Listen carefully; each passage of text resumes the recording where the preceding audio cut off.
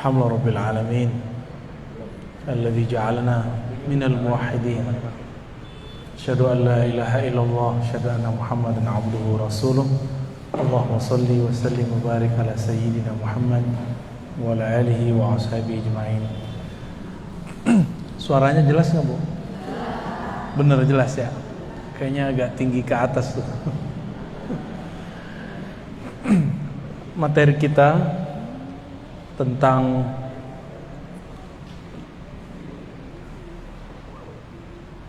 tauhid ya. Gimana judulnya? Ma'rifat muwahhidin. Ma'rifatnya ahli tauhid. Untuk itu mari kita mulai dengan membaca Al-Fatihah. Semoga Allah membuka pikiran hati kita semua untuk mendapatkan ma'rifat, pengenalan kepada Allah. Al-Fatihah. A'udzubillahi minasy syaitonir rajim. Iyyaka na'budu wa iyyaka nasta'in. Ghairil maghdubi 'alaihim waladdallin. Kita masuk ke materi, mungkin ini materi penutup ya. Ma'rifatul muwahhidin. Ma'rifat ahli tauhid. Ma'rifat ahli tauhid. Ma'rifat pengetahuan al-muwahhidin, orang-orang yang bertauhid kepada Allah Subhanahu wa taala. Ya. Pakai ini. Tes sama aja. Gimana? Sama enggak? Ya. Ya, telinganya aja yang agak dipasang ya. Saya pelan-pelan insyaallah ya. Ayat tauhid yang paling sering dibaca dan sudah dihafal bahkan oleh anak kecil itu surat Al-Ikhlas.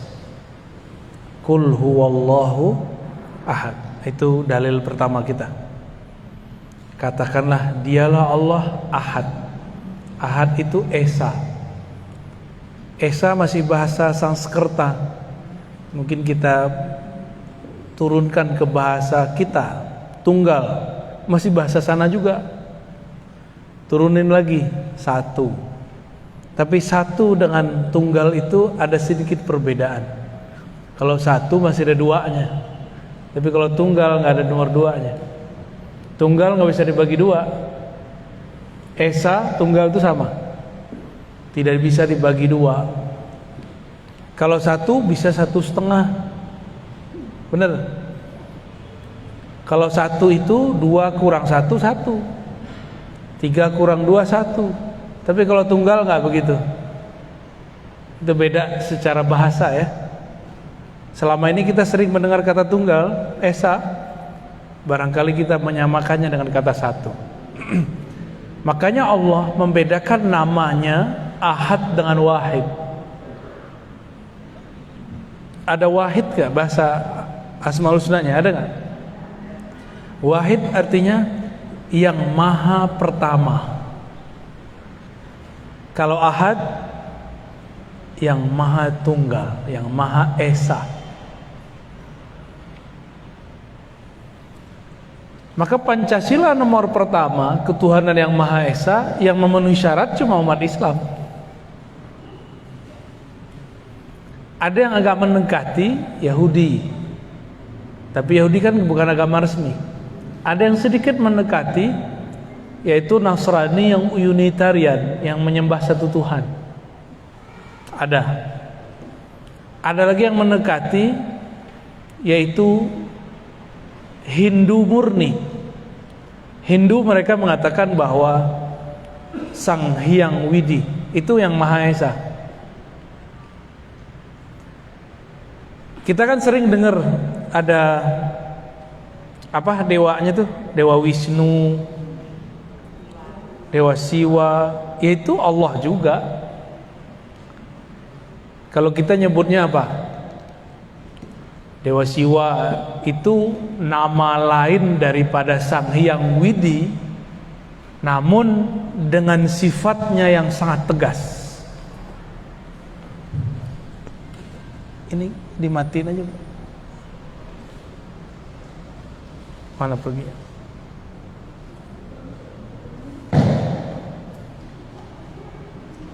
Ya.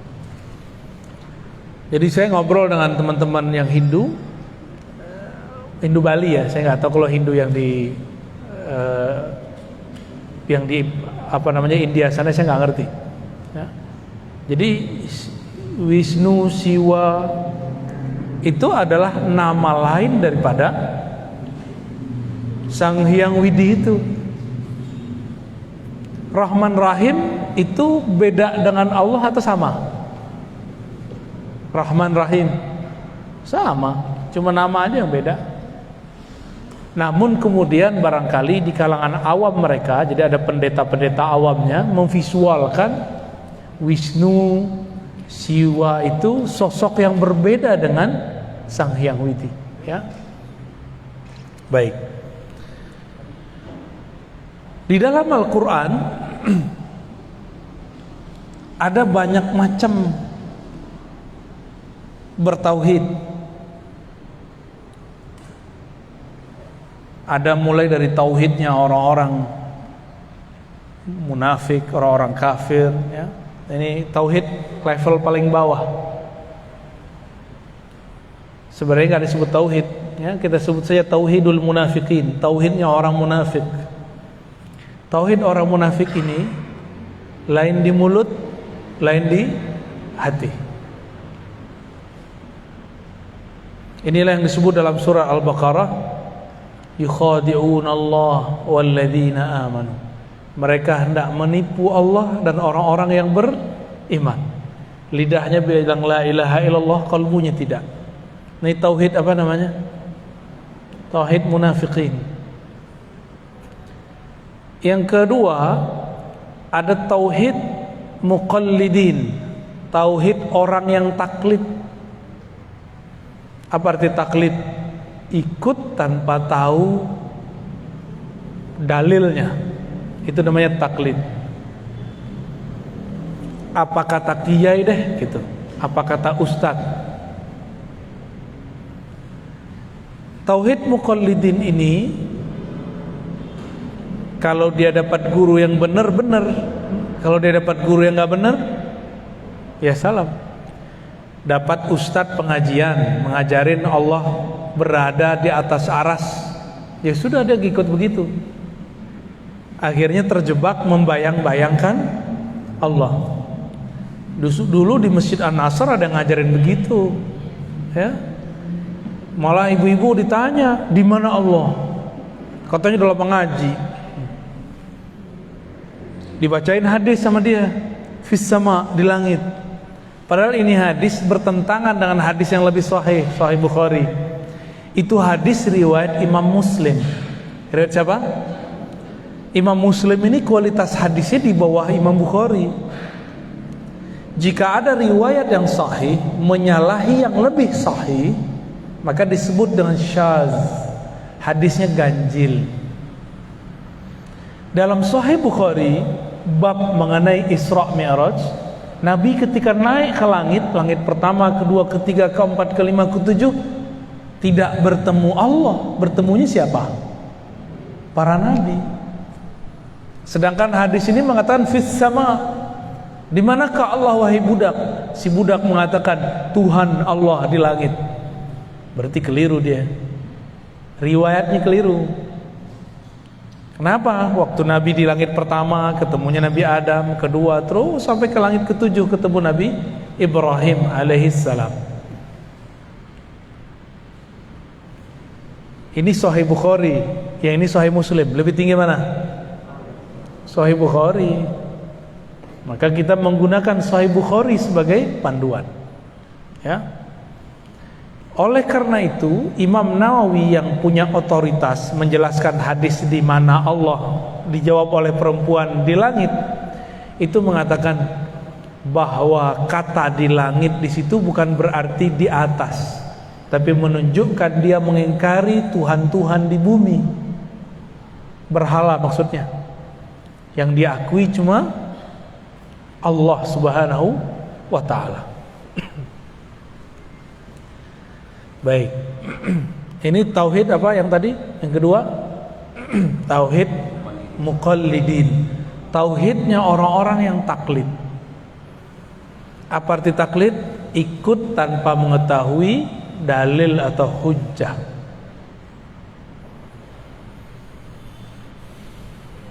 Nah, yang ketiga,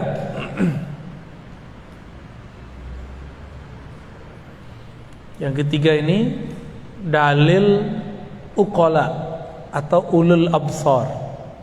Dalil orang-orang berakal. Dalil orang-orang berakal. Tauhidnya orang berakal. Tauhidnya orang berakal, dalil itu bukan ayat sekian nomor sekian bagi dia, tapi masuk dalam pikiran dia maka diterima. Ini orang-orang yang berakal, ini lumayan tinggi nih. Kebanyakan orang beriman di sini atau di nomor dua tadi. Tauhid al-uqala, tauhid orang berakal. Dia mengenal Allah dengan akalnya. Tapi perlu diingat, akal itu dia punya karakter. Apa karakter akal? Dua aja, menerima, menolak. Inilah yang rumit. Kenapa rumit? Lafaz tauhid itu la ilaha illallah. Itu lafaz tauhid. Coba lihat ya, surat Muhammad ayat 19. Fa'lam annahu la ilaha illallah. Ketahuilah bahwasannya la ilaha. La ilaha artinya tiada Tuhan. Itu namanya menolak. Illallah, kecuali, itu namanya menerima. Bahasa Arab menolak itu nafi. Kalau menerima, menetapkan, bahasa Arabnya isbat. La ilaha nafi, illallah isbat. Coba pakai bahasa Indonesia tadi. La ilaha menolak semua Tuhan. Kebayang Tuhan apa aja buang. Bukan Tuhan saya, bukan Tuhan saya, bukan Tuhan saya. Tuhan itu bukan berarti sesuatu yang kita sembah-sembah aja, bukan. Yang kita yakini menyembuhkan, yang ngasih rezeki. Itu disebut Tuhan. Kalau terbersit dalam hati, yang menyegarkan itu air. Nih saya minum nih, lalu saya meyakini yang menyegarkan air, berarti sudah nambah Tuhannya. Jadi kita minum tapi tidak meyakini air yang menyegarkan. Allah lah yang menciptakan kesegaran di dalam itu. Gitu. Minum obat. Ada nggak orang minum obat nggak sembuh-sembuh? Ada, banyak. Nih depan saya banyak yang minum obat nggak sembuh-sembuh. Bener. Ini umur-umuran ibu-ibu ini kan, bapak-bapak ini sudah umur-umur ya sisa-sisa sehat, banyak sakitnya, ya, bener ya. Penyakit itu ada di darah, bapak ibu. Nabi diperintahkan oleh Allah ketika naik ke langit ketujuh, apa kata Allah lewat Sayyidina Jibril? Sampaikan ke umatmu, berbekamlah kalian. Maka ibu berbekam ya, mumpung masih ada darahnya. Ntar udah meninggal udah gak ada. Yang dibuang kan darah kotor. Oh sakit itu kan fisiknya. Nanti enaknya panjang. Bangun tidur pada berat nggak punggungnya? Kebanyakan. Ya itu ciri-ciri darahnya nggak bener itu. Sama dokter kan main kasih obat aja, obat pencair darah. Ini berbahaya ibu kalau keseringan. Kurangi dulu obat itu, baru berbekam. Nabi ngobatin tanpa obat, dibuang darahnya. Itu nggak bisa diapa-apain tuh darah. Caranya dikeluarin, udah gitu aja, nggak bisa lagi. Ada dua perbedaan dalam Tibbun Nabawi itu. Ada pengobatan membuang darah kotor, ada mengeluarkan darah seger. Darah seger namanya fasdu. apa namanya? Cuma sampai sekarang saya pun belum berani. Mirip-mirip kayak donor darah, tapi ini dibuang aja, set, keluar, muncrat. Ya, kalau ada yang suka donor aja boleh. Ya. Tapi kalau saya sampai sekarang belum berani Bu yang fast tuh. Yang masih saya kerjakan apa? Bekam. Imam Ahmad bin Hambal setiap kali kepalanya pusing dia bekam. Bagian belakang ya. Kalau di sini pusing ini nggak bisa. Bagian sini pusing kayaknya dompetnya kurang tuh. Tapi kalau bagian belakang, kiri, kanan ya, kiri kanan, punggung, Allah itu menetapkannya, kesehatannya dibuang darahnya. Harus rutin, jangan sesekali. Nah, tapi biasanya kita dikasih obat. Banyak orang minum obat tidak sembuh-sembuh. Kenapa? Karena kesembuhan itu dari Allah Subhanahu wa ta'ala. Sekali terbersit dalam pikiran saya bahwa obat ini yang menyembuhkan, maka batal tauhidnya. Sekali terbersit bahwa nasilah yang mengenyangkan, batal tauhidnya. Ini tauhid okola ya, tauhid ahli akal. Kita boleh nggak bilang nasi mengenyangkan secara fisik, tapi secara hakikat hanya Allah yang mengenyangkan. Secara zahir kita boleh bilang air menyegarkan, tapi secara akidah, hakikat, keyakinan hanya Allah lah yang menyegarkan. Kalau enggak, udah bertambah Tuhannya. Nah ini berbahaya ya. Bapak Ibu mungkin sebagian, kalau yang ibu-ibu ini rezekinya lewat suami. Kalau bapak-bapak ini mungkin bekerja sendiri. Itu cuma asbab aja. Banyak kok orang kerja nggak dapat duit juga ada. Berarti rezeki bukan lewat itu. Ada orang yang dia udah capek-capek kerja di A, dapat rezekinya di B. Benar nggak? Itu banyak sekali. Udah daftar, nggak jebol-jebol.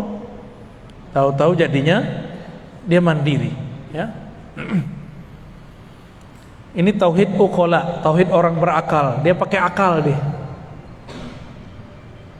Nah, maka orang ini kalau baca la ilaha Allah, akalnya yang main. La ilaha illallah, tiada yang menyembuhkan kecuali Allah, tiada yang berbuat kecuali Allah. Itu yang dia lihat. Tiada yang menyegarkan kecuali Allah. Tapi di sini belum jadi rasa, masih teori. Ini boleh kita sebut dengan tauhid orang yang masih berteori. Ya, yang nomor 3 ini. Yang nomor 4, nah ini sudah mulai masuk kepada kolbu. Saya menyebutnya tauhid muraqabah. Tauhid apa namanya? Muraqabah itu merasa dipandang oleh Allah yang Maha Esa, merasa diawasi, merasa diperhatikan gitu.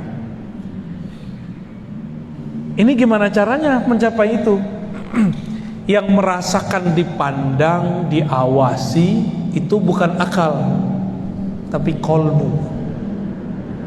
Maka untuk mencapai rasa itu, mencapai tauhid ini, harus mengaktifkan zikir kolbunya. Dulu sebagian besar ibu-ibu sudah saya ajarin zikir ya, diamalin gak tuh? Iya, katanya mau belajar zikir, kita ajarin zikir nggak diamalin, ya. Besok saya nggak ajarin lagi Bu.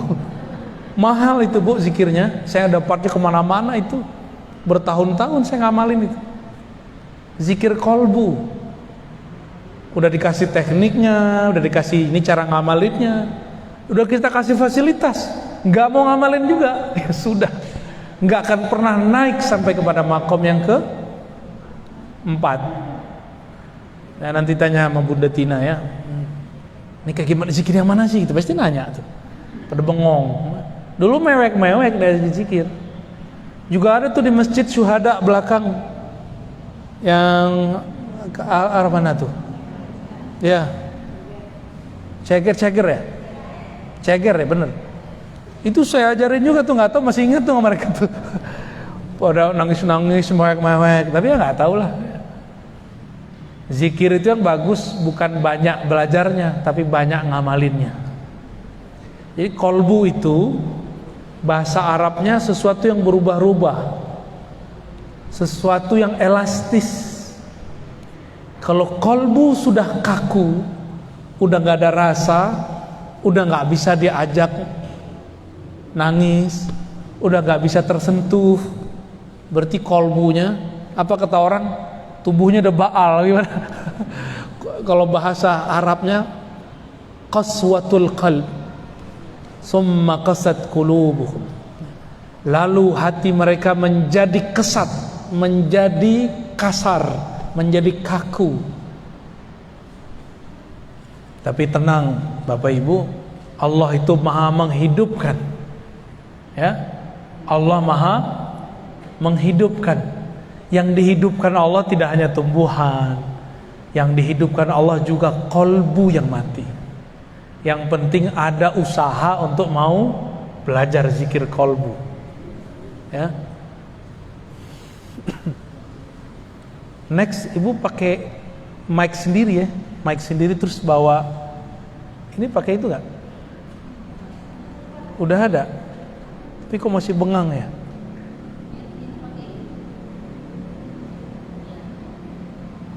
Coba bisa nggak tuh? Ya. Tes. Gimana? Keras? Ekonya dikurangin. Kita bukan lagi mau gedangdut.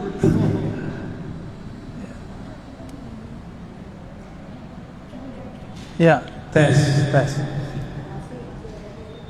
Ekonya. Akhin. Wah, nggak bisa. Tes.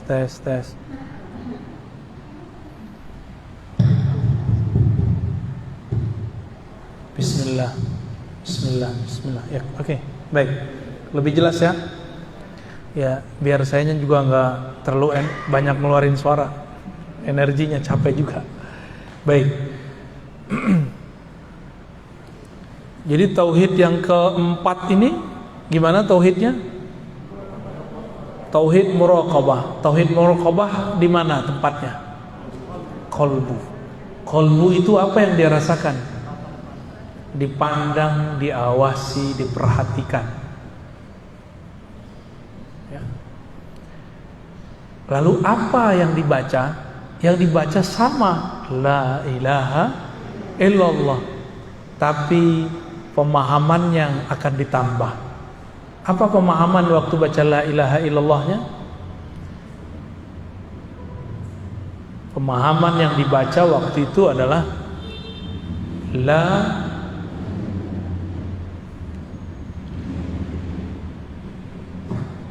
tidak ada yang memperhatikan, yang mengawasi kecuali Allah. Tidak ada yang memperhatikan, tidak ada yang mengawasi kecuali Allah. Jadi dia baca la ilaha illallah, tapi beda makna dengan orang munafik. Orang-orang munafik baca la ilaha illallah, lidahnya baca, pikirannya kemana-mana. Tapi kalau ahli kolbu ini baca la ilaha illallah, dalam hatinya dia merasa dilihat oleh Allah. Lebih dulu merasa dilihat atau bacaannya yang lebih dulu? Bisa dua-duanya Pak. Bagi yang belum ada rasa itu baca aja dulu. Kita baca la ilaha illallah, tiada yang memperhatikan aku kecuali Allah. Ini zikir dapat menghancurkan riya. Ini zikir dapat menghabiskan ya, sum'ah.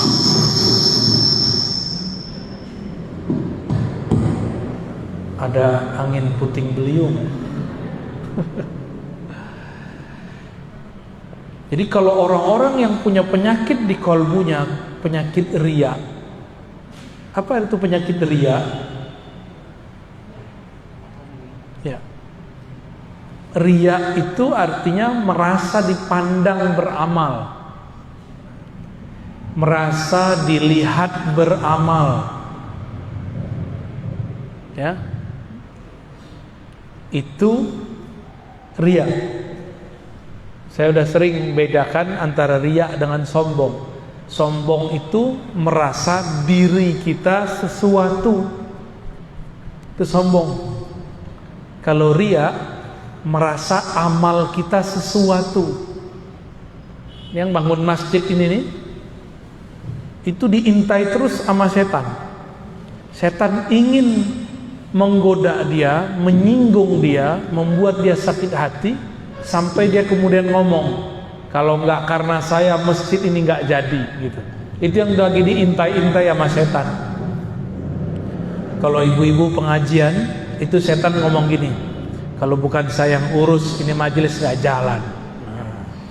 Kalau terbersit itu, maka ini berbahaya.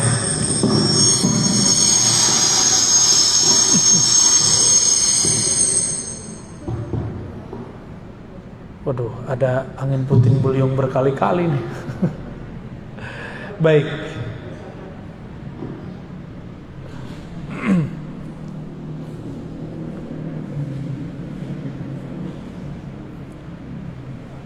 Untuk sampai ke sini, maka coba lihat surat Ali Imran ayat 2. Alif Lam Mim, Allahu la ilaha illa huwal hayyul qayyum.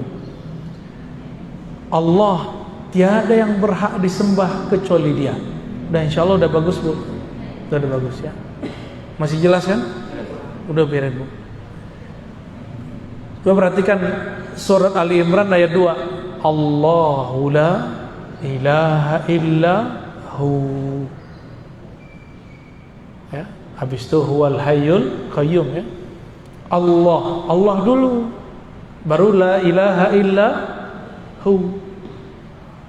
Sebelum membaca la ilaha illallah, di kolbunya sudah membaca nama Allah. Dan saya sudah ajarkan ke sebagian besar ibu-ibu. Tahun berapa, Bu? Sebelum pandemi ya, 2019, pas sebelum pandemi. Disebut nama Allah dalam kolbu, baru kita lisannya baca la ilaha illallah. Dan saya sudah sering mengatakan juga bahwa ada yang unik di dalam Al-Quran. Di dalam Al-Quran lebih banyak lafaz la ilaha illahu daripada la ilaha illallah. Benar? Lebih banyak lafaz la ilaha illahu itu sampai 20 lebih. La ilaha illallah enggak banyak. Maka hu itu bagian dari nama Allah. Huwa bagian dari nama Allah. Apa arti huwa? Huwa itu artinya hanya Dia, tiada selainnya. Hanya Dia, tiada selainnya. Kalau masih terbayang bersama Allah ada sesuatu, baik itu pahala, terbayang surga, berarti belum nyampe. Tauhid orang nomor 2, tadi nomor 2 tauhid muqallidin. Tauhid muqallidin ini ciri-cirinya suka cari pahala. Dia bertauhid biar dapat pahala, biar masuk surga. Itu yang nomor 2. Kalau yang nomor 3 bukan, dia cari kedamaian, cari yang masuk akal. Ini nomor 3. Kalau nomor 4 tadi, di kolbunya yang ada adalah mencari bukan lagi kedamaian akal, tapi ketenangan kolbu. Terus nomor 1 kemana dia? Kalau nomor 1 cari aman. Tahu cari aman? Biar kelihatan aman nama orang, maka dia baca la ilaha illallah. Itu orang munafik. Sedangkan nomor 4 tadi, dia mencari kedamaian di dalam kalbunya. Maka sebelum zikir la ilaha illallah, sebutlah nama Allah di kalbu. Cari ahli zikir, belajar kepada mereka bagaimana cara nyebut nama Allah di dalam kalbu. Bagi yang belum belajar talqin zikir ya, sebut nama Allah di kalbu, baru baca la ilaha illallah. Jadi kenapa kebanyakan orang kalau zikir tidak ada rasa di kalbunya? Karena kalbunya kosong. Kalbunya belum dibacakan Allah. Makanya dalam ayat ini dimulai dari Allahu la ilaha illahu. Baca dulu Allah di kalbumu, isbat. Kalau nomor 3 tadi, orang berakal, nafi, isbat. Ditiadakan Tuhan, lalu diterima hanya satu Tuhan, yaitu Allah. Kalau yang nomor 3 lain, isbat dulu, baru nafi, baru isbat gitu. Tetapkan dulu nama Allah dalam kalbu, keyakinan kepada Allah dalam jiwa, baru katakan tiada Tuhan. Tiada Tuhan, ini nafi, menolak. Illallah, kecuali Allah, menerima, isbat lagi. Jadi kita kalau ulang, isbat, nafi, isbat. Kalau yang nomor 3 tadi apa?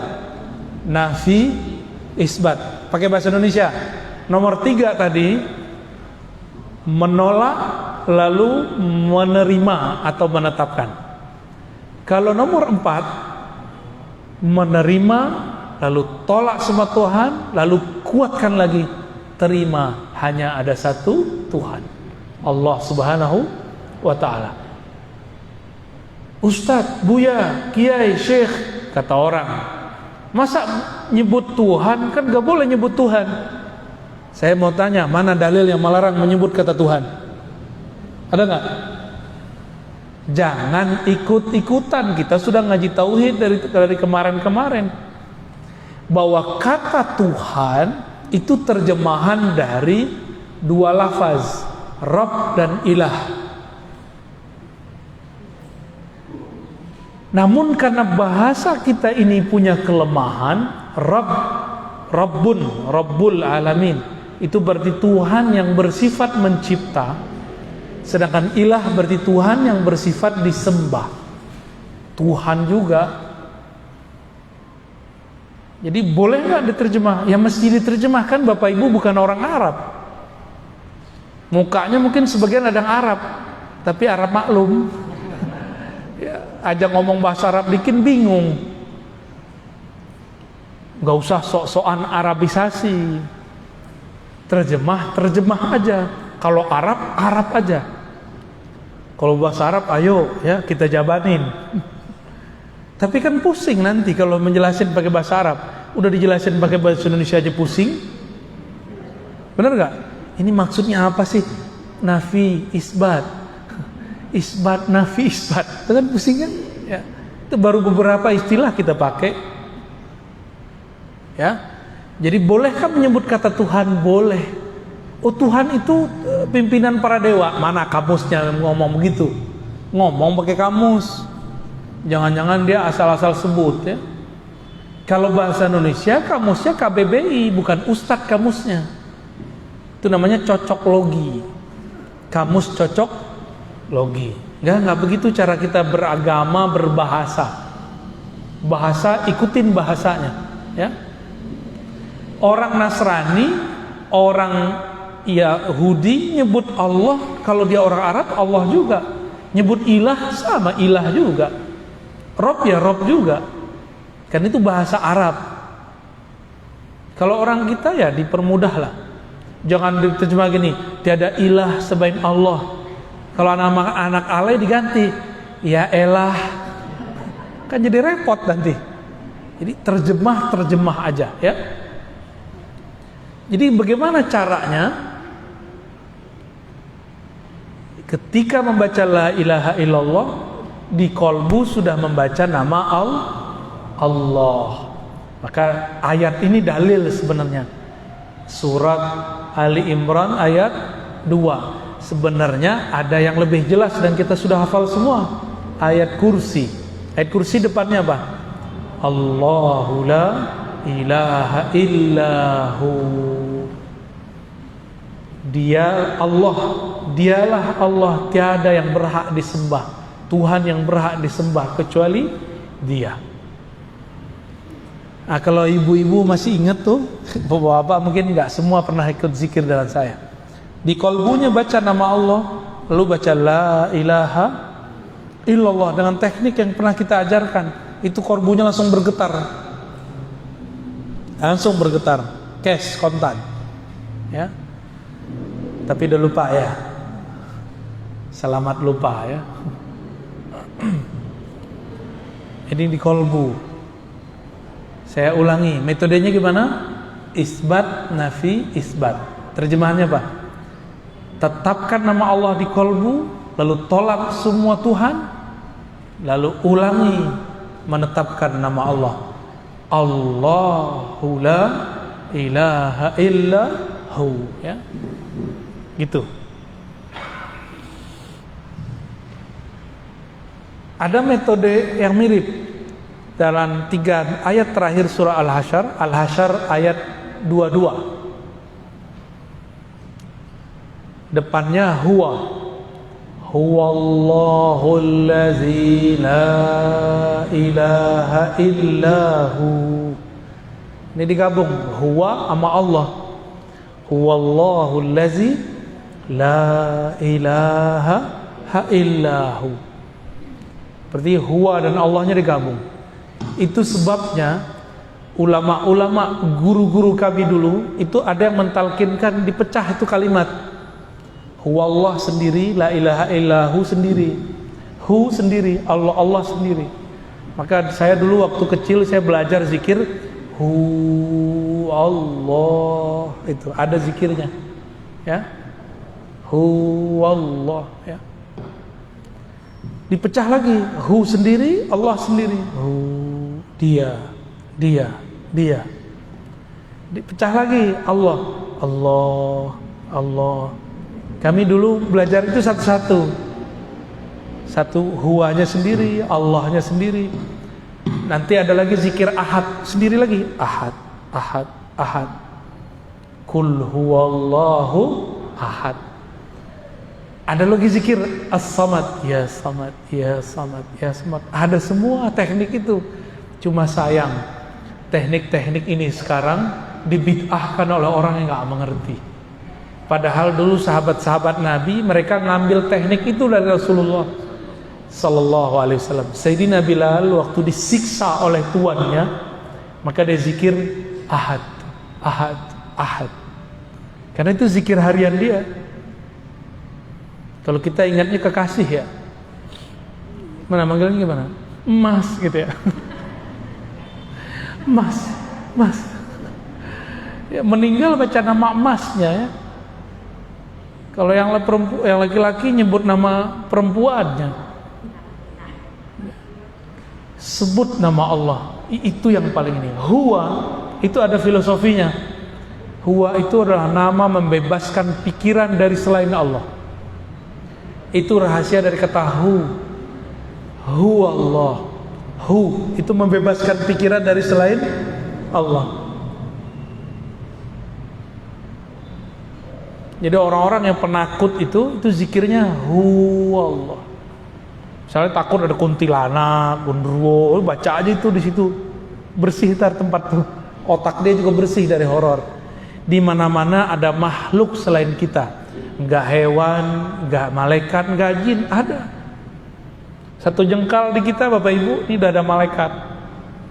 Sudah ada dimensi lain, jin. Jadi kalau orang bilang rumah saya berpenghuni, ya iya, penghuninya kamu satu. Yang kedua, ada malaikatnya kalau di situ ada sholat zikir, ada silaturahim. Yang ketiga, ada jinnya. Kalau itu rumahnya muslim, maka jinnya muslim. Jin muslim tinggalnya di genteng Bu, atau di atap itu ditinggalnya. Kalau kita habis makan, tulang-tulang kita taruh itu dimakan sama dia. Ya, kelihatan sama jin itu ada dagingnya. Jadi tidak benar kata teman saya, ruqyahnya tidak syar'i, ngakunya syar'i. Apa kata dia? Kalau jin itu makan asap. Asap apa? Asap menyan. Ya salam, itu mau fitnah jin itu. Itu jin kalau denger udah keselnya banget tuh. Lah masa kita ini makan asap ya? Nggak ada jin makan asap ya? Pernah dengar nggak begitu? Nggak boleh pakai menyan. Lah di zaman dulu mana ada parfum misik namanya, orang dulu nyebutnya menyan, dibakar, sama kayak bahasa Arabnya bukhur. Bukhur kan dibakar juga, sama. Mungkin kita ngelihat ada orang Hindu Buddha atau orang-orang penyembah berhala bakar dupa. Dupa itu nggak ada urusannya sama jin atau enggak. Itu masalah orang yang bakarnya, ya.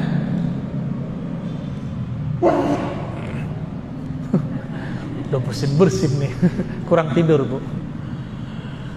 Baik, ini baru nomor 4, tauhid ahli qalbu. Kita sudah sebutkan maknanya, tempatnya di mana, bacaannya apa, caranya gimana.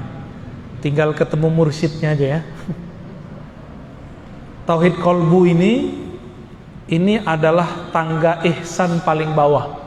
Nabi mengatakan ihsan itu engkau beribadah seakan memandangnya, jika tidak maka merasa dipandangnya. Jadi nanti buahnya itu sholat kayak merasa diperhatiin. Tapi kalau belum, ya udah zikir yang Allah aja dulu atau huwa Allah aja dulu, ya. Itu cukup kok. Naik lagi. Apa nih zikirnya? Boleh disebut zikir mukhatabah, zikir dialog. Disebut tauhidnya tauhid musyahadah, tauhid memandang Allah Subhanahu wa ta'ala. Tauhid memandang Allah.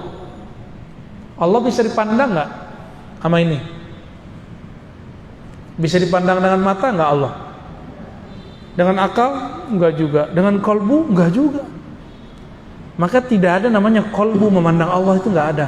Kolbu dipandang oleh Allah. Innallaha yanzuru ila qulubikum. Allah memandang ke dalam kolbumu, bukan kolbu memandang Allah. Ya. Lewat mana Allah memandang kolbu? Nah, ini yang disebut nanti tauhidnya tauhid musyahadah. Ini ilmunya rahasia, tapi saya sebut saja. Sebut pembukaannya aja. Ini tempatnya pada ruh. Tempatnya ada pada ruh.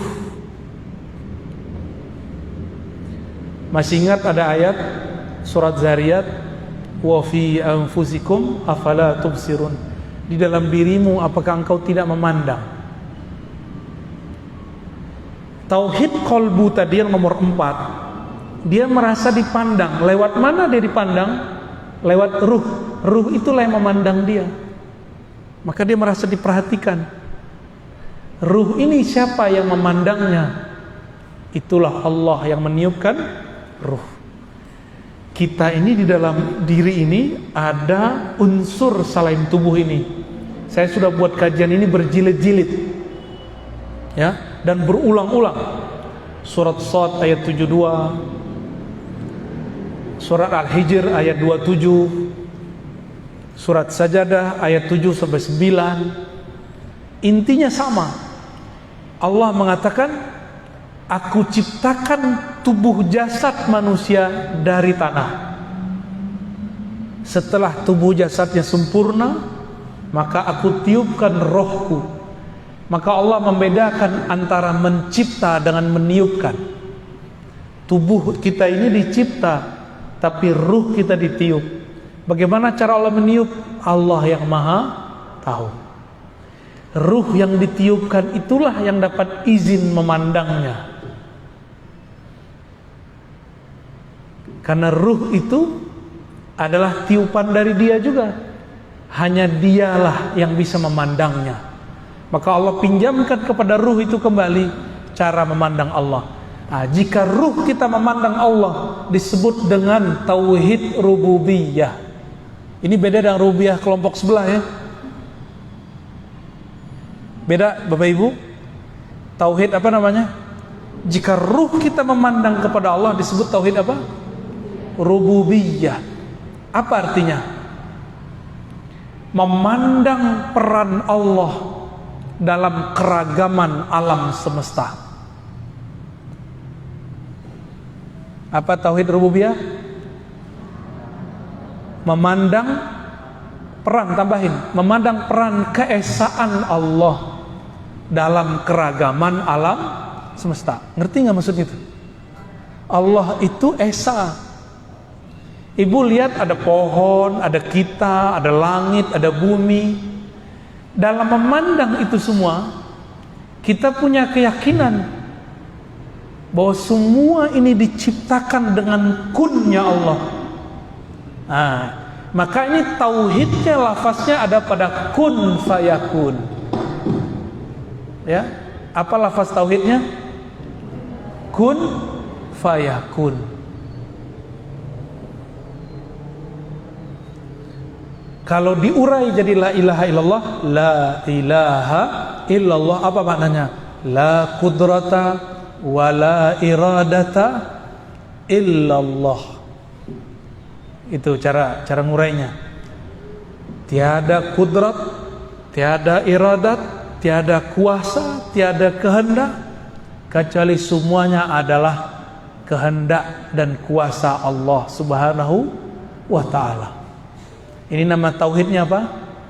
Tauhid rububiyah.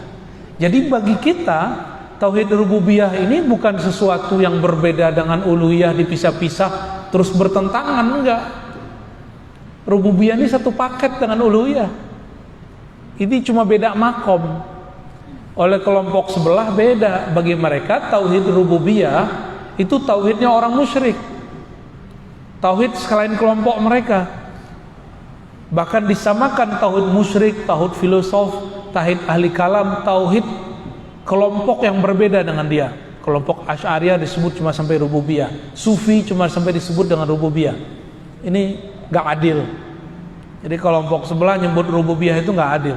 Dan aneh, kok disebut tauhid orang musyrik? Loh, ada emang tauhid orang musyrik? Musyrik artinya apa musyrik? Menyekutukan Allah. Tauhid mengesahkan Allah. Nyambung gak? Tauhid musyrik nyambung gak?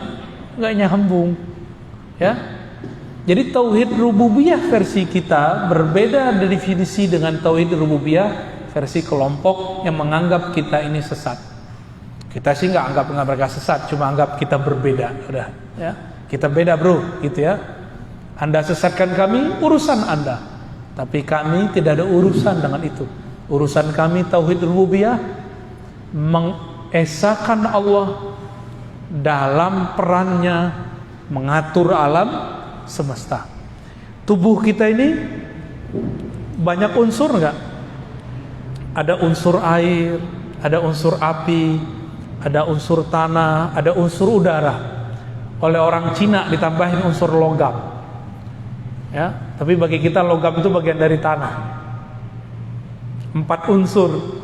Jadi ini tubuh ini kalau diurai 4 anasir namanya. Ya, 4 anasir. 4 unsur ini siapa yang kemudian mengatur alurnya dalam tubuh? Inilah yang disebut masing-masing 4 ini ada alamnya, disatukan oleh Allah menjadi padu. Rabbul alamin, alhamdulillahi rabbil alamin. Segala puji bagi Allah yang Rabbi, yang memadukan, yang menyatukan alam semesta dalam keesaannya dengan keesaannya ya. Jadi Allah tetap sendiri meskipun yang diurus banyak.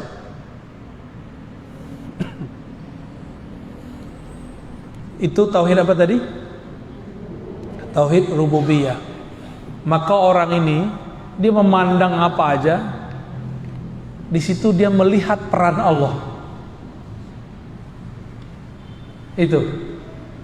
Dia lihat dirinya, lihat satu helai rambut di badannya, yang dia pandang adalah Allah Subhanahu wa ta'ala. Terus ada yang lebih tinggi. Kalau tadi sifat yang berganti, sekarang bukan lagi, namanya tauhid musyahadah, atau disebut juga tauhid uluhiyah. Tadi musyahadah nama depannya sudah ada, kita tambahin. Ini musyahadah uluhiyah, ada musyahadah rububiyah. Ini musyahadah uluhiyah. Apa arti musyahadah uluhiyah? Itulah yang terkandung dalam surat Thaha ayat 14 dan surat Al-Ikhlas ayat pertama. Wahai Musa, kata Allah, la ilaha illa ana. Wahai Musa, tiada yang berhak disembah, yang berhak dituju, yang berhak dipuji kecuali aku. Ini yang ngomong siapa? Allah. Jadi Allah mengesahkan dirinya dengan dirinya, nggak perlu alam. Kalau tadi rububiyah itu Allah mengesahkan dirinya pada alam semesta, maka kita pandang semua alam, semuanya bergantung kepada keesaan Allah. Seandainya negara Indonesia ada 2 presiden, kacau nggak? Jangankan 2 presiden, baru 2 calon presiden beberapa tahun lalu udah pecah kepala kita ya, bener nggak? Udah pusing kita sudah. Gimana kalau 2 pemilik alam semesta? Jika ada 2 Tuhan di alam ini, negeri ini hancur, negaranya hancur, semua alam semesta hancur.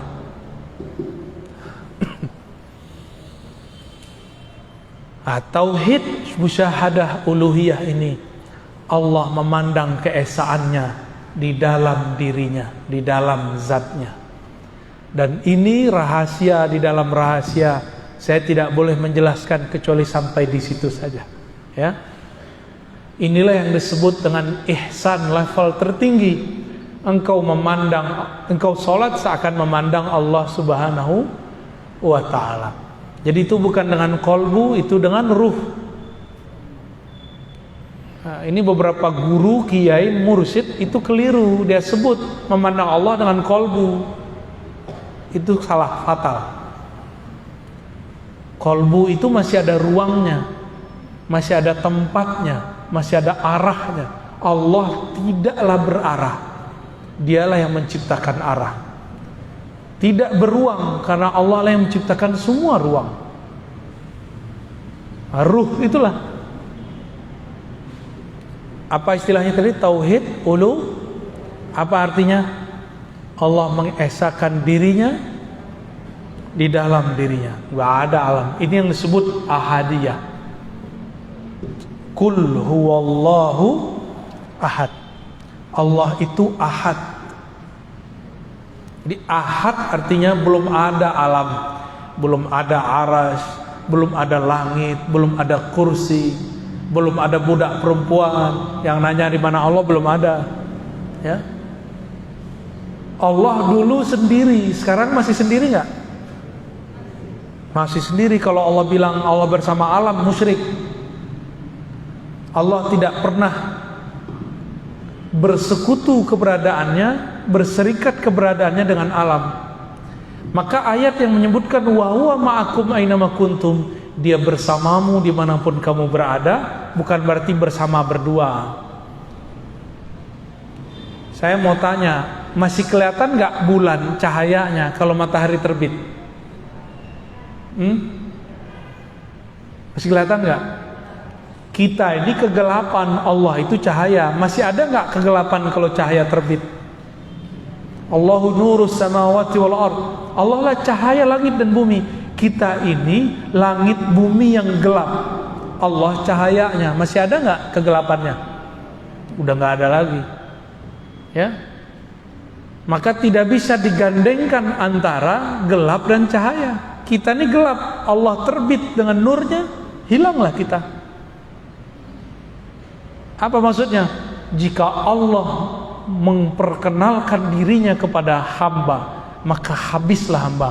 Itulah makna kalam ulama. Siapa yang kenal diri, man arafa nafsahu arafa rabbahu. Siapa yang kenal diri, kenal Allah. Siapa yang kenal Allah, hilanglah dirinya. Man arafa nafsahu fana, man arafa rabbahu fana nafsahu, ya. Siapa yang kenal Allah, maka dirinya binasa, dirinya tiada.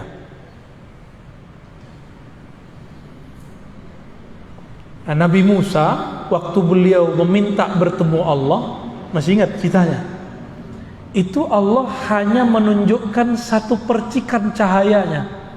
Oleh Sayyid Ahmad bin Idris al-Idrisi, Imam Idris, ya, beliau mengatakan itu cahaya disebut Nur Muhammad sallallahu alaihi wasallam. Itu dalilnya. Dalil Nur Muhammad ada di situ.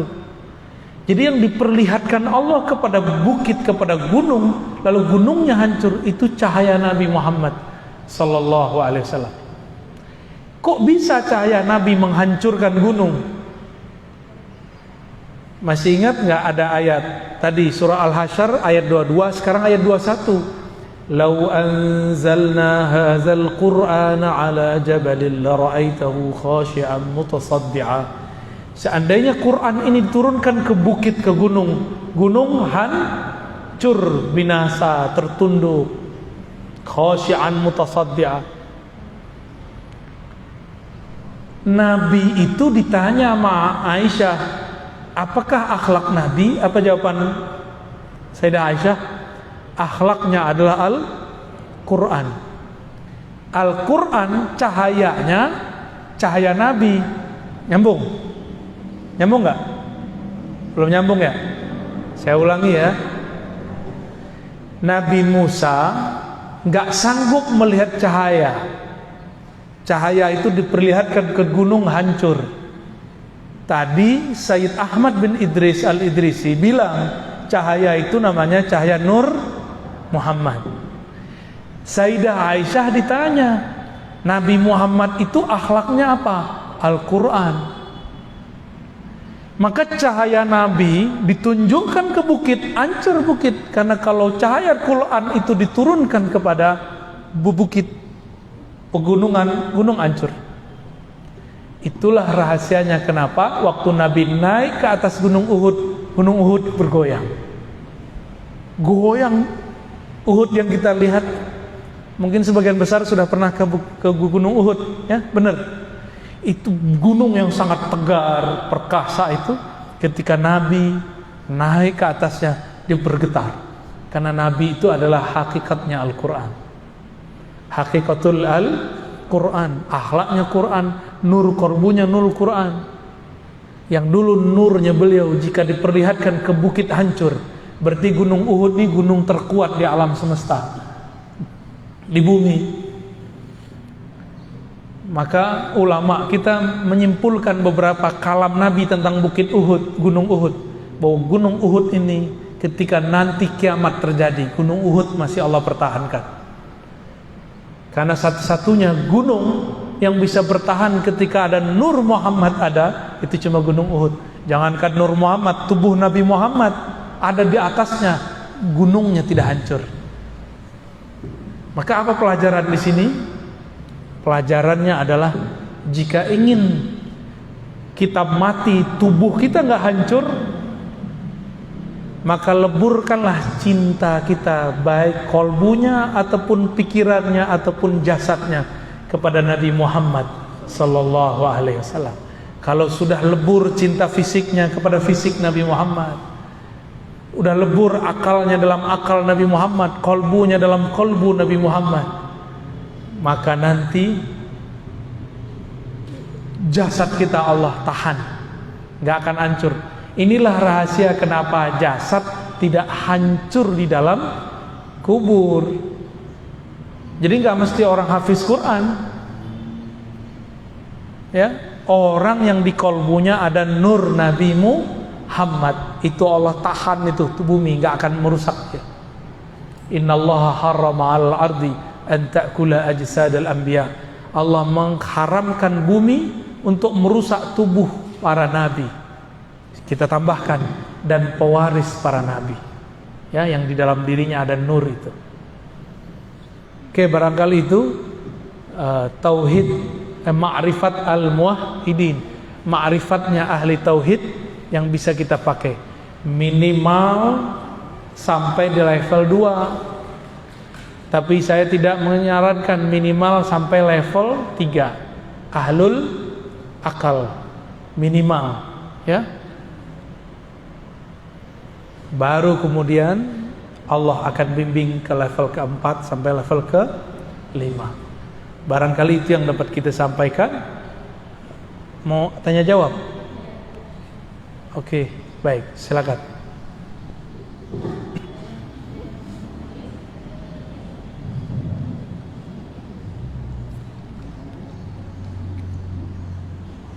Pakai tulisan, Pak? Pakai tulisan. Ya, ada tulisan besar.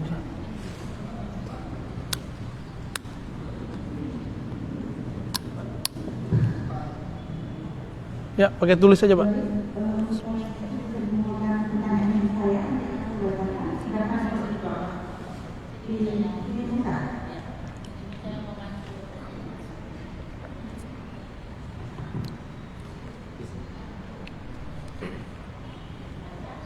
Assalamualaikum warahmatullahi wabarakatuh.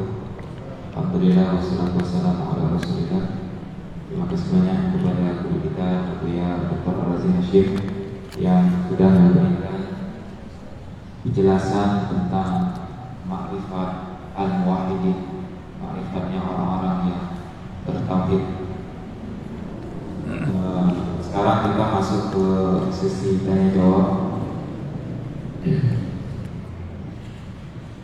Saya akan pilih pertanyaan-pertanyaan yang sudah diajukan, yang sudah dituliskan di kertas. Panitia sudah menyediakan kertas jawaban, ujian. Kayak mau ujian aja, Ustaz. Kertas untuk menulis pertanyaan.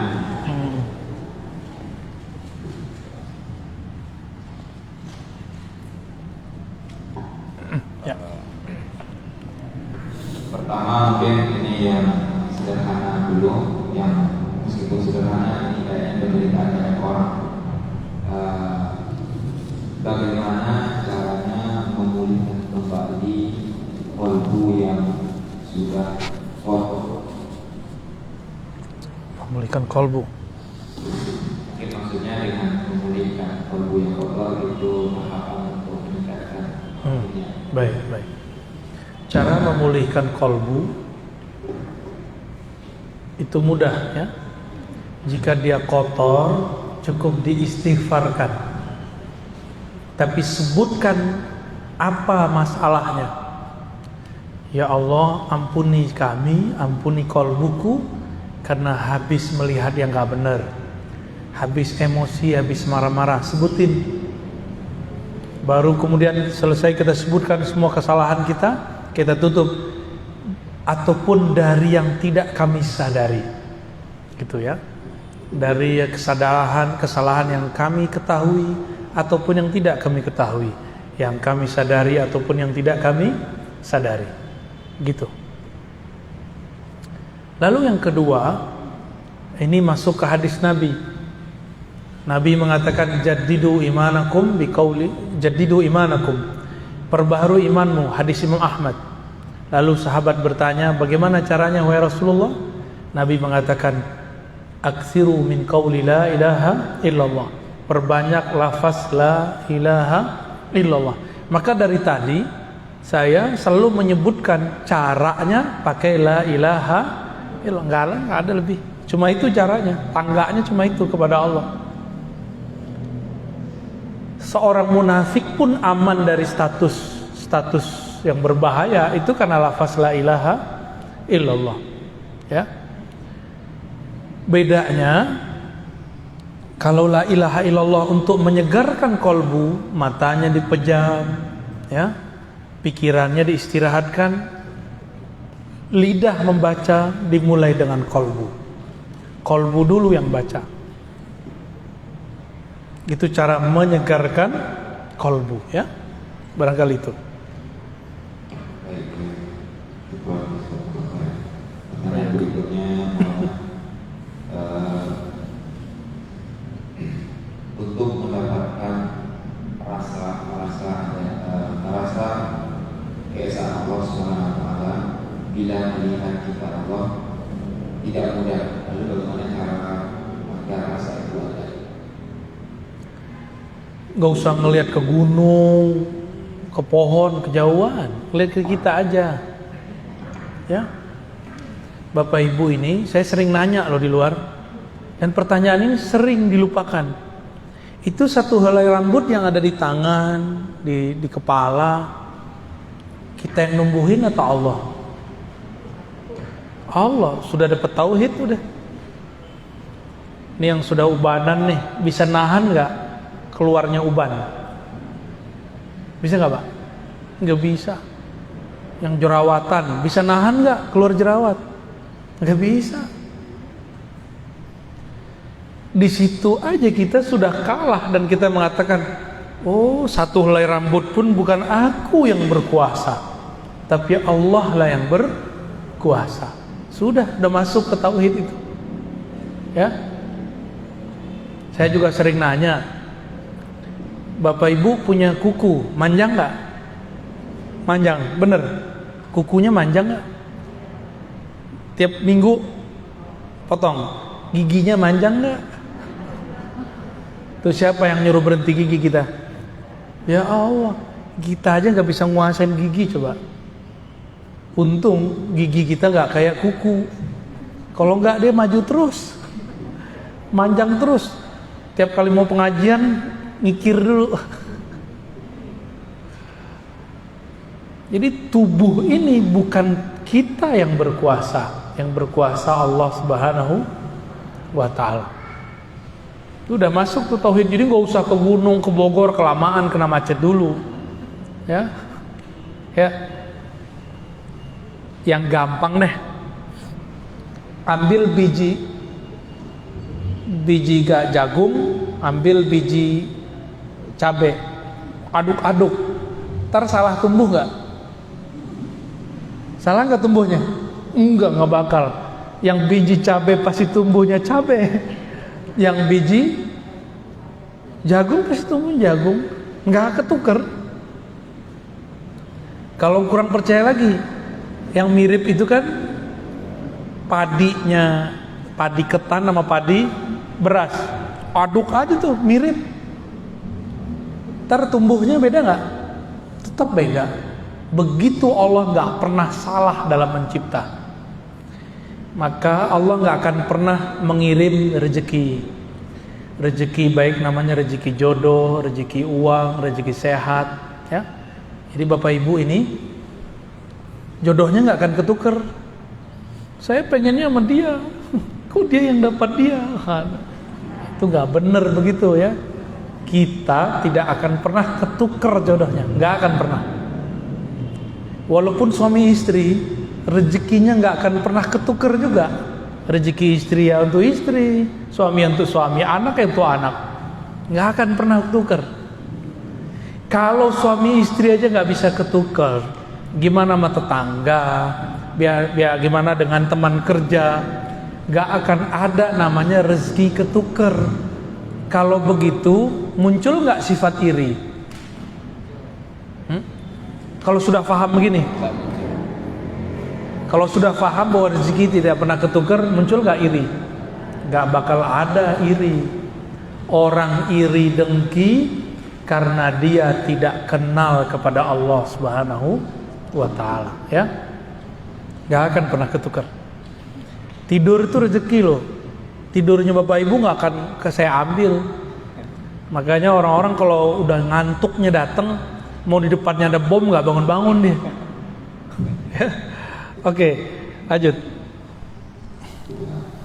Sebelumnya Bapak Ibu karena banyak pertanyaan dan itu kita pilih tidak semua pertanyaan akan dibacakan, dan beberapa pertanyaan di sini juga sebenarnya sudah sering dibahas sama Buya. Mungkin nanti untuk pertanyaan yang diajukan ternyata tidak bisa menghindari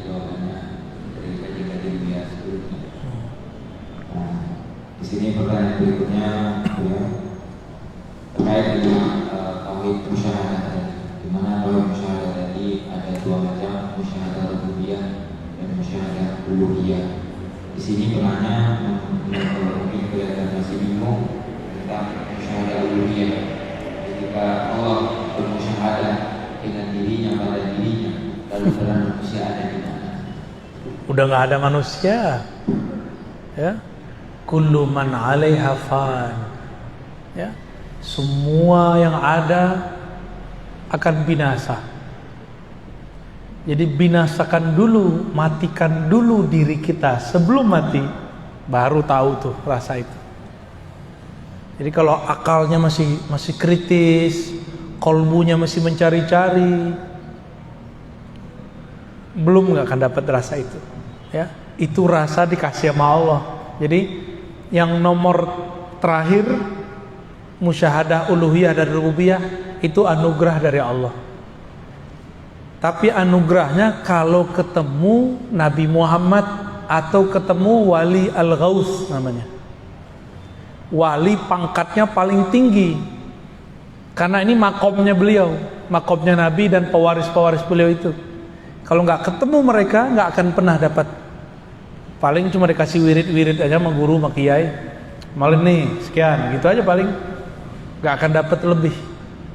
Tapi kalau ketemu dengan al-ghaus, wali yang lebih tinggi dari semua wali, yang kolbu dia plok copy paste kolbu Rasulullah, ya, seperti Syekh Abdul Qadir Jilani, Sidi Ahmad Rifai, ya, Abul Hasan Syazili, Ahmad Tijani, itu mereka kolbunya tuh. Maka murid-murid mereka mengalami hal itu, ya. Kalau di akhir zaman ya Al-Ghaus akhir zaman sampai nanti Al-Imam Al-Mahdi, ya. Jadi itu anugerah dari Allah, nggak usah dipikir-pikirkan. Berdoa aja semoga ketemu mereka, dididik oleh mereka, lalu kemudian kita dihantarkan Allah kepada itu. Amin ya rabbal alamin, ya. Udah. Satu lagi. Pertanyaan terakhir terkait dengan zikir-zikir yang tadi dibahas oleh Imam Buya, yang dibicarakan ada zikir Allah, zikir Ahad dan sebagainya. Nah, zikir-zikir itu kan ada tahapan itu. Kapan zikir tersebut, zikir Allah Ahad itu menjadi hilang? Hu Allah hilang kalau sudah baca ahad. Huwallahu ahad. Ahad artinya apa? Dia sendiri, maha sendiri, alone. Kalau Allah itu pencipta, Allah itu nama pencipta. Huwa, kalau ada huwa berarti ada anta, ada ana, ada kamu, ada aku. Jadi huwa Allah, hilanglah huwa Allah. Nanti Allah kasih rasa ahad namanya dalam kolbu. Yang terasa sama kita cuma Allah aja. Tapi itu disebut ahwal. Apa arti ahwal? Kondisi. Yang kondisi ini nggak boleh lama-lama, karena kalau lama-lama orangnya bisa kayak orang ngebleng. Tapi dia bukan gila. Dia kayak Laila Majnun. Cerita Majnun itu dia begitu tuh. Kelihatan kayak gila, dia bukan gila, dia sedang waras. Cuma lagi mabuk dalam itu. Nah, orang kalau mabuk di sini nanti dia menjadi wali majzub. Apa arti wali majzub? Wali yang ketarik akalnya, yang dominan cuma cintanya kepada Allah. Makanya kita ini kalau masih pakai akal semata memahami itu nggak bisa paham. Ada wali-wali yang aneh-aneh. Karena orang-orang kasmaran itu aneh-aneh. Benar nggak? Laki perempuan lagi kasmaran aneh-aneh. Nggak pakai otak dia, agak miring dikit. Seakan dunia milik dia dan yang dicintainya doang. Ya. Nah, apalagi jatuh cintanya kepada Allah Subhanahu wa ta'ala, ya. Jadi itu hanya terjadi pada orang yang zikir, para muhibbin, orang-orang cinta kepada Allah Subhanahu wa taala. Khalas ya? Masih ada? Oh ya, ini kan tawakufan ya, kita sudah 6 pertemuan. Bener ya? Nanti Sidi Musa yang ngajar ya. Pakai kitab apa yang udah? Aqidatul Awam sudah? Sama Habib Geis? Belum ya? Habib Geis ngajar apa? Aqidatul Awam. Ya nanti kitab apa kayak fikih sama Sidi Musa nanti belajar fikih. Ya. Bapak Ibu, beruntung di masa seperti ini kita masih waras, masih mau ngaji. Ya. Banyak orang yang nggak mau ngaji sekarang. Padahal obat pandemi ini bukan hanya divaksin, dibawa ke rumah sakit, enggak. Salah satu obatnya adalah mendekatkan diri kepada yang menciptakan alam semesta, termasuk vaksin itu, termasuk pandemi itu. Walaupun zahirnya pandemi itu dibuat oleh sekelompok orang jahat, tapi kan semua izin Allah. Semua izin Allah. Maka saran saya, mumpung masih ada waktu, mumpung belum kena COVID yang paling parah, udah mendekatkan diri kepada Allah. Ya, Bapak Ibu di rumah nggak di rumah mati, ya kan? Ya udahlah, keluar aja. Orang keluar ke mall masih kita ngaji nggak mau. Lebih bawah ya kalau di mall, di rumah makan apalagi. Itu cuma buat XX doang. Nanti kalau udah makan hilang protokolnya. Sekarang itu kayaknya cuma gaya-gayaan aja. Kalau udah begitu, masa untuk kolbu kita cuma gaya-gayaan doang? Harus lebih serius, ya. Jadi obat dari semua ini cuma satu. Innallaha ma'ana, menghadirkan bahwa Allah bersama kita. Baru nanti muncul inna auliya Allah la khaufun alaihim walahum yahzanun, surat Yunus. Sesungguhnya kekasih-kekasih Allah tidak ada rasa takut di kolbunya, tidak ada rasa sedih yang berlebihan dalam dirinya. Kenapa? Karena kolbunya sibuk menyebut nama Allah Subhanahu wa ta'ala, ya. Ruhnya sibuk menatap Allah, lisannya sibuk qomat kamit membaca kalimat-kalimat Allah, tubuhnya sibuk menyembah Allah. Udah gitu aja kerjaannya. Niatkan kerjaan kita nyembah Allah. Kalau orang kerja nyembah Allah, mungkin nggak dia korupsi. Jadi di cara sujudnya pekerja, bekerjalah jujur. Itu cara sujud pekerja. Pedagang, ya. Jangan korupsi waktu, korupsi uang. Itulah cara sujud orang yang bekerja. Cara sujudnya pemimpin berbuat adil. Jadi kalau ada pemimpin adil, itu oleh orang yang mata batinnya tajam kelihatan tuh sujud. Kelihatannya sujud. Kalau guru seperti saya, dosen, itu tulus. Berat tulus itu, Bu. Berat, serius. Amplopnya tipis dikit tuh mulai berkata-kata tuh. Serius. Ini yang kemudian kita digampar-gampar terus sama guru kita dari dulu. Ditata terus supaya nggak berubah kolbunya, mau itu tipis ataupun tebal. Kan dari Allahnya sudah ada. Kan Allah yang ngasih rezeki. Ini para guru nih, kalau paham bab ini, dia nggak akan terlalu galau. Bahkan kalau dia ngajar suatu tempat nggak dikasih honor, dia biasa aja. Pasti di tempat lain dilebihin. Begitu aja terus, ya. Cuma kadang-kadang guru ngaji aja kadang-kadang keyakinan dia kepada rezeki Allah masih dipertanyakan. Dan saya tidak sedikit bertemu guru ngaji, Tuhannya bukan Allah lagi, tapi orang kaya yang biayain dia. Itu sering kejadian. Jadi kolbunya itu sudah nggak bergantung kepada Allah. Nah, untuk Bapak Ibu yang diberikan kemapanan, bergantunglah kepada Allah yang maha mapan. Ke guru bukan bergantung, ke guru itu bersanad. Apa arti sanad? Kita menyandarkan ilmu menyandarkan ilmu kepada guru, guru kepada gurunya, nyambunglah kepada Rasulullah Sallallahu Alaihi Wasallam. Dengan demikian maka kita akan selalu terhubung, terkoneksi dengan Allah. Disitulah tiada lagi rasa galau, rasa gelisah, insya Allah. Untuk itu semua mari kita doakan siapapun yang hadir, para pengurus, para pengajar, orang yang membangun masjid ini, semuanya semoga Allah berkahi, Allah ridhoi. Ala hazinnya wa likulli niyatin salihah. Al-Fatihah. Alhamdulillah.